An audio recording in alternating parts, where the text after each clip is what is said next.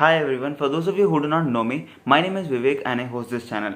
I make various videos on placements preparation and Masters Abroad series on my channel. If you are interested, the links are in the description, you can just check them out. Previously, I have made 3 different videos of cognizant interview experience and a complete student's journey on my channel. And coming to this video, if you are interested, you can just check out that as well. Coming to this specific video, this video is about Wipro interview experience of 2 different students. I'll try to adjust both of the students' experiences in a single video. If you're interested to find out many such videos or interested to check out these videos, you can just subscribe to my channel and you can stay tuned to the updates you're going to receive. So why delay? I'm going to explain what are the students' experiences and how you can answer those specific videos to get that traction and how to get a positive response from the interviewer. Why delay? Let's dive in right into the video.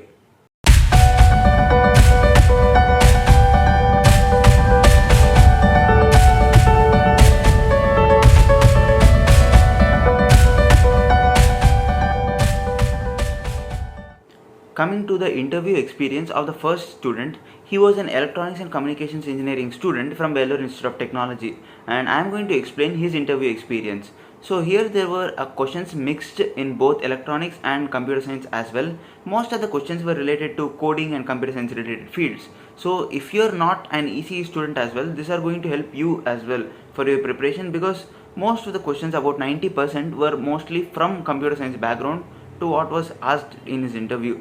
So I'll just start with the explanation of what questions were asked in his interview. The first question was obviously, tell me about yourself. I have already explained in my previous videos as well of how to explain on this topic of tell me about yourself. It shouldn't go more than 30-40 seconds and not more than that. And if the interviewer has any doubts, he is going to ask you following in that after 30 seconds. So you should just grab the interviewer's attention and talk about your academic background, your research background, and your CGPA, and whatever activities you are interested in during your bachelor's. So these are going to be one of the most crucial interview the interview timelines, where they are going to give you most of the weightage, because you are presenting yourself to the interviewer and it is going to be a crucial point. So be careful in these first 30-40 seconds. So going on to the next question, he was asked about the preferred programming language. I have previously mentioned this as well. Preferred programming language, if you are a computer science background student, you would have many, but core students would have only 1 or 2 coding languages which are strong enough. So this person has chosen Java as his particular preferred language, and what are the questions going to be followed are going to be from this specific language. So be careful on what you are choosing during your interview. If he asks, or if the interviewer doesn't ask, feel free to explain that you are interested in Java or C++ or Python, etc., so that you can explain questions in that specific field. So you must be strong in whatever field you mention, and this is very important. So going on to other questions, he was asked about OOPS pillars, that is, what are the concepts of OOPS, the inheritance, the encapsulation, etc. Please be prepared on whatever you are going to explain. So instead of just telling the definitions, I recommend students to explain the definition and then give an example. So for every concept you are just going to explain in 2 sentences or 3 sentences, but it is going to be a clear explanation, because you are going to define, you are going to explain whatever you are going to define in the example following that. So try to explain with an example whatever concept you are going to explain to the interviewer. So let's go on to see the next questions. The next questions were followed by many conceptual questions of Java, which are, Java is a platform independent or platform dependent language. So this is one of the question. Following this was that, what was the question here platform means. So Java is a platform dependent or platform independent question. So that was the previous question. So the next question was, what does platform mean in this specific question. So you could understand the depth of questions what are being asked in the interview. And following this, he was asked various memory concepts in Java. He was asked about heap memory and stack memory. So the first in first out and last in first out. So these kind of concepts also you need to remember, and you need to know conceptually at least, because they are going to ask you all these things. These are same concepts useful for even data structures as well. So instead of this, you can also explain this in a real life examples and real life applications in the codes. So these are also going to be very useful. And coming on to the next questions, he was asked about JIT compiler in Java, just in time compiler in Java, and you need to explain this as well. Coming on to this, he was asked difference between local variable and global variable. and you can explain this as well. If possible, try to write small quotes and try to explain the interviewer so that he is going to understand that you have a conceptual knowledge as well. Going on to the next questions, he was asked about multi-threading concept in Java. So every question in the interview following the second question was completely related to Java, because this particular student mentioned that he was strong in Java. So this is one of the important thing to note, that whatever concept you know in depth, please feel free to mention only that language. And going on to next questions, these were end of the questions which were related to computer science. Since he was an ECE student, he was also asked 2 to 3 ECE related questions. The next question was difference between microprocessor and microcontroller. As usual, as I have recommended you guys, explain what is microprocessor, explain the applications, and then give an example of microprocessor, and also what is a microcontroller, explain the applications, and also give an example for that as well. Try to explain, given examples like Raspberry Pi, Arduino, Intel chip. So these kind of things are going to be very applicative, and the interviewer is going to understand that you have real life conceptual knowledge as well. So this is very important. Following this, he was asked about binary to decimal conversion in Java. So he was asked to write a code on binary to decimal conversion in Java. He was asked to write a pseudo code, but it depends on interviewer to interviewer, so he might ask you to write a real code as well. So be prepared with syntaxes as well, be prepared to write a pseudo code as well. If you are not able to write the with syntax code in the examination, with the tension you get and the pressure you get, at least you will be able to write pseudo code and explain the logics to the interviewer. So this is one important point to note. Try to keep this in mind as well. So these were the technical questions which were asked to the student in his interview. And coming on to the HR questions, that is managerial kind of questions which were asked, there were very typical questions, and which included why do you wish to work in our organization, that is Wipro, and why have you chosen our company, why are you interested, and why should we hire you. And that were some of the questions. And following this were, are you interested to work in any shift and any location, or do you have any preferences.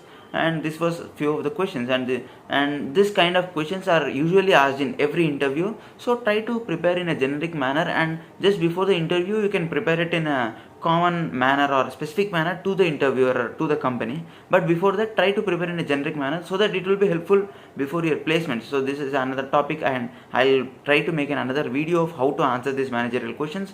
This was questions which were asked in first student's interview experience. So let's go on to see the second student's interview experience and what were asked in his interview. Now let's see the interview experience of the second student and what were the questions he was asked, and how should we answer as a student in that particular interview. Let's go on to see the first question.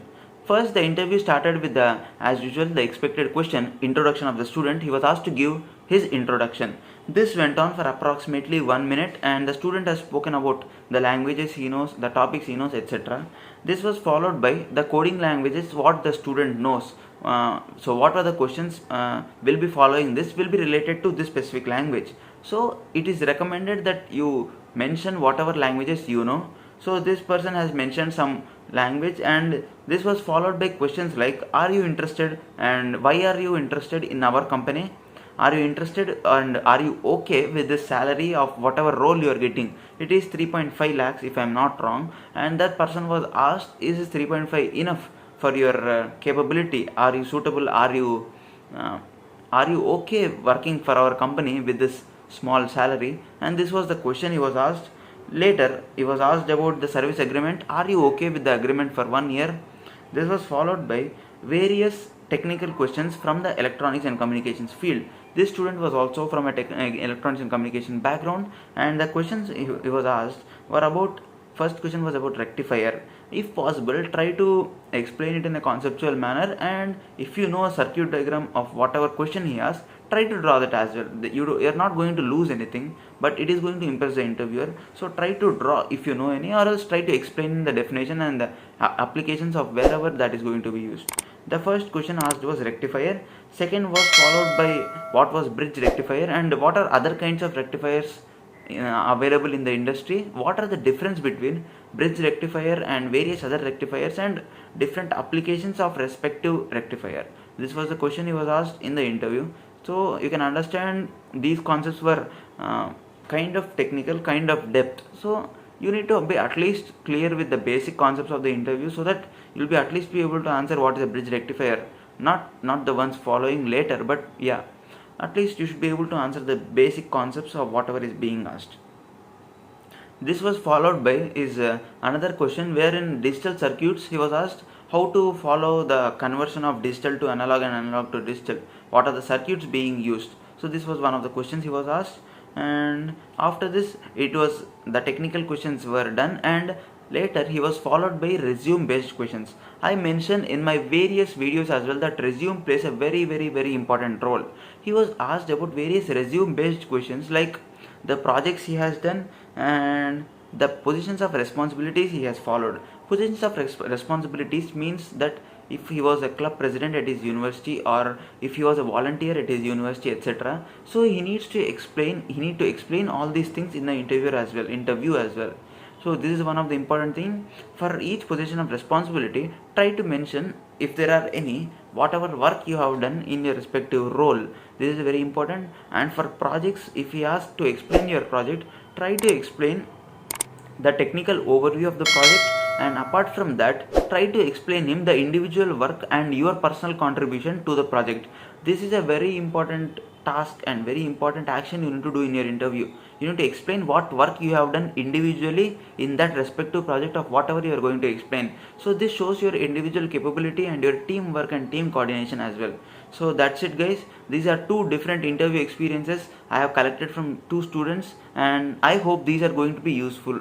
And if these are useful to you and if you have learned something, do subscribe to my channel and share it with your friends as well. If you like the video or if you have any other doubts, do comment it in the comment section. I'll try to answer whatever question in each and every detailed manner. Thank you so much for staying out so long. This is Vivek signing off. Stay safe, stay informative. Bye bye.